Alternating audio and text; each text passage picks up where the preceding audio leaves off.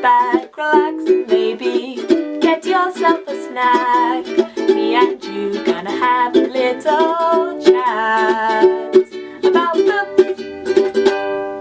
Hey guys, so I am here today to talk to you about a series which I recently finished up. I've been trying to finish a few more series if I had the books already on my shelf or on my Audible or on my Kindle, and this one I actually did manage to finish recently, and it's a series that I really loved when I started it.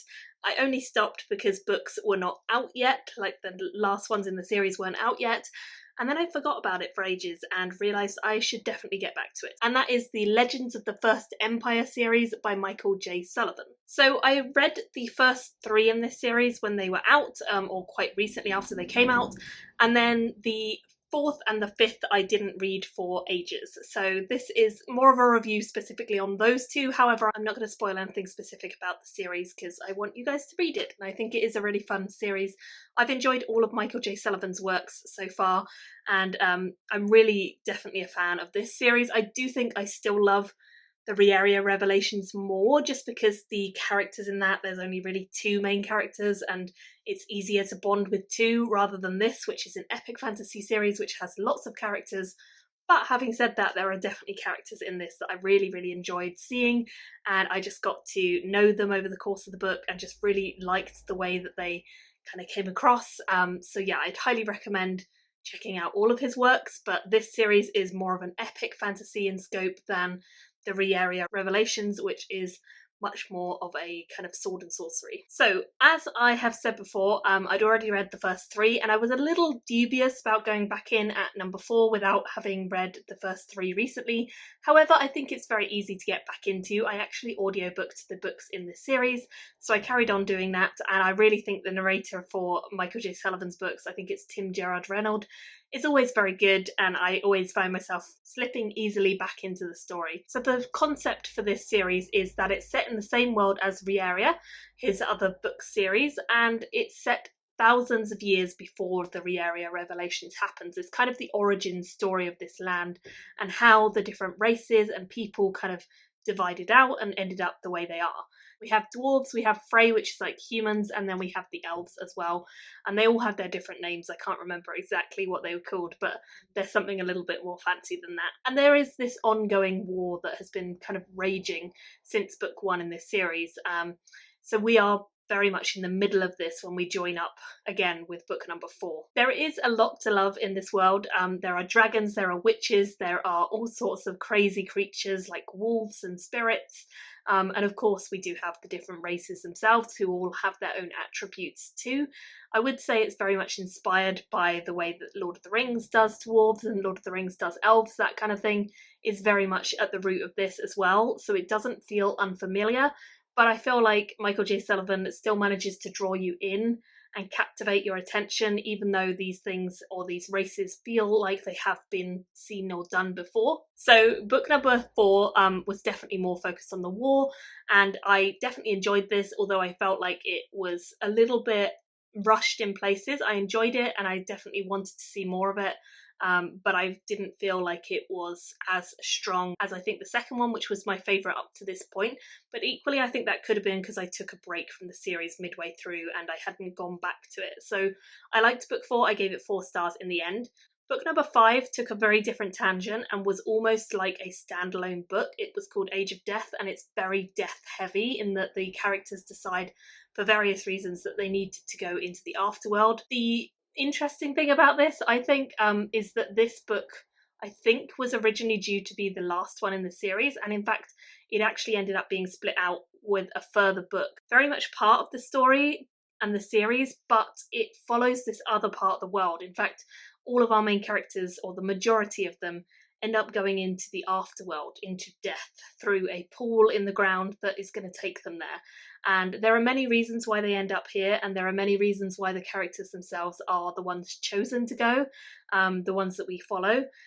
But they kind of have to confront this and learn this as they go through the world. And this underworld, otherworld story was certainly something that I thought it was almost a novella in style, just because it is so different from the rest of the series. It kind of is this whole new story being told within a story.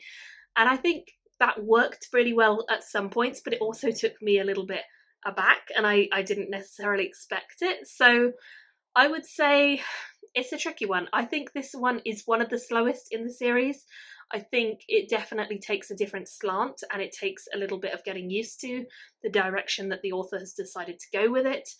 But once I got used to that, and once I sort of found my footing with it, and I realised how this individual story about the afterworld was connected into the wider kind of development of the world and understandings of the myths, the legends, the gods, that kind of thing, it really did kind of add a lot of context. So I can definitely see why the author felt the need to do this.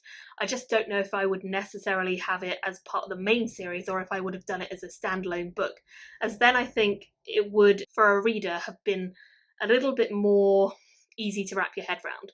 But that's a very minor complaint, because I do really enjoy the story, and I do think it was a lot of fun once I got in there. The pursuit of peace is definitely a big theme in this book and the last one. Some of the characters are very like war-hungry characters. It's kind of much more in their nature to want to fight, to only really know how to solve problems through fighting and warfare.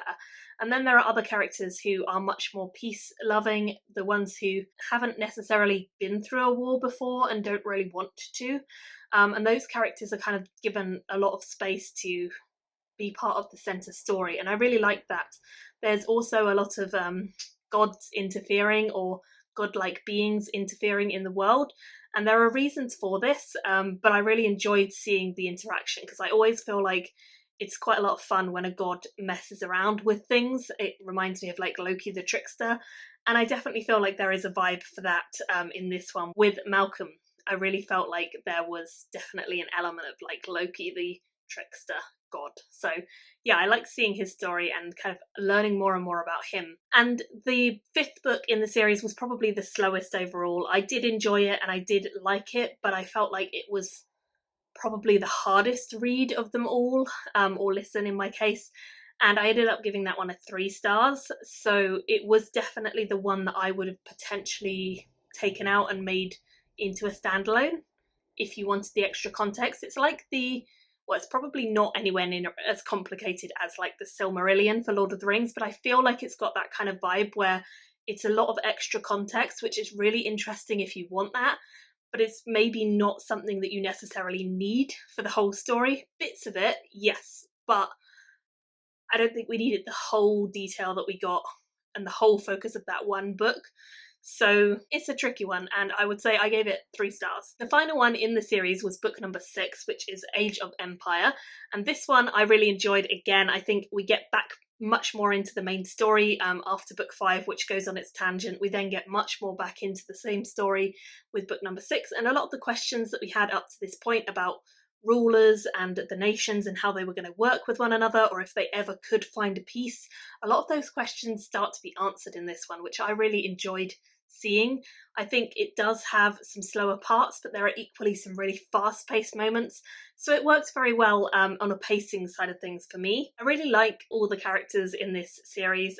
We have Persephone, we have Suri, who I really, really love as a character. We have Bryn, we have Moira, we have Tesh, Rowan, and Gifford, and I love Gifford. Gifford is one of my favourite characters.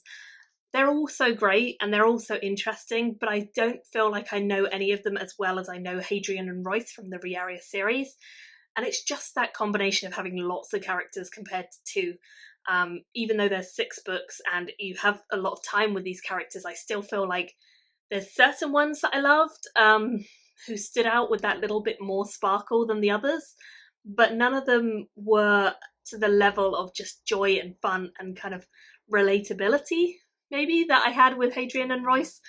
So just bear that in mind. It is definitely more of an epic scale. Malcolm, I think one of his really interesting qualities is that he is such an enigma for the whole series. In this particular book, the final one, we really start to understand Malcolm. We start to get more of his history. We start to understand why he has been manipulating the things in the way he has, and how he's been working and kind of tugging on the strings behind the scenes.